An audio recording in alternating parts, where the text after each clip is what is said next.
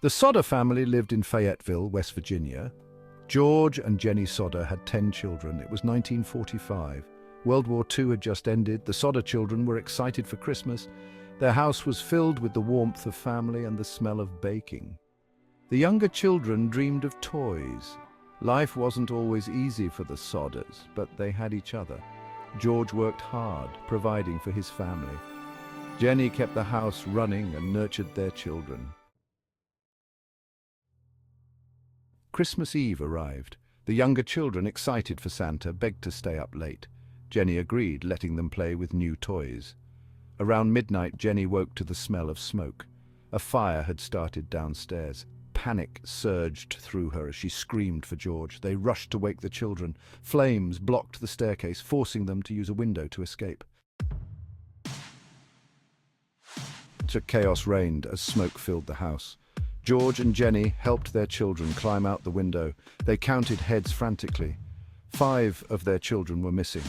5-year-old Sylvia, 9-year-old Maurice, 7-year-old Louis, 10-year-old Martha, and 12-year-old Jennie Jr. George desperately tried to re-enter the burning house, but the flames were too intense. He even tried driving his truck to the window, but it wouldn't start.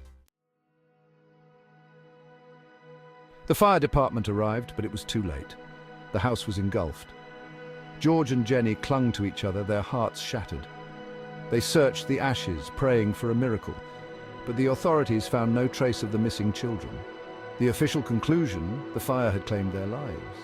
Jennie and George couldn't accept it. Their children were gone, vanished without a trace.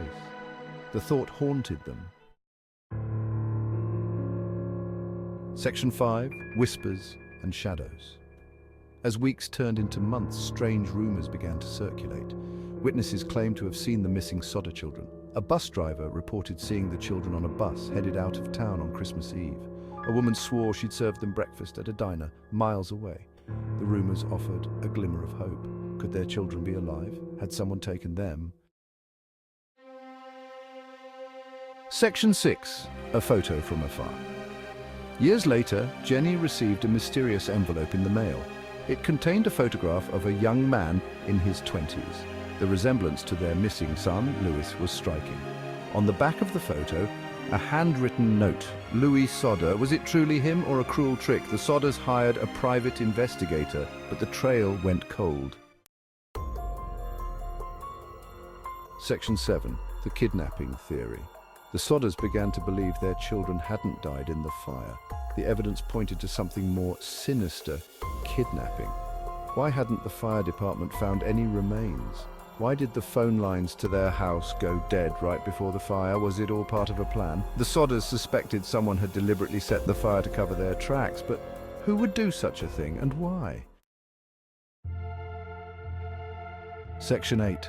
A lifetime of searching. The Sodder family never stopped searching for their children. They chased every lead, every whisper of information. They erected billboards along highways, offering a reward for any information.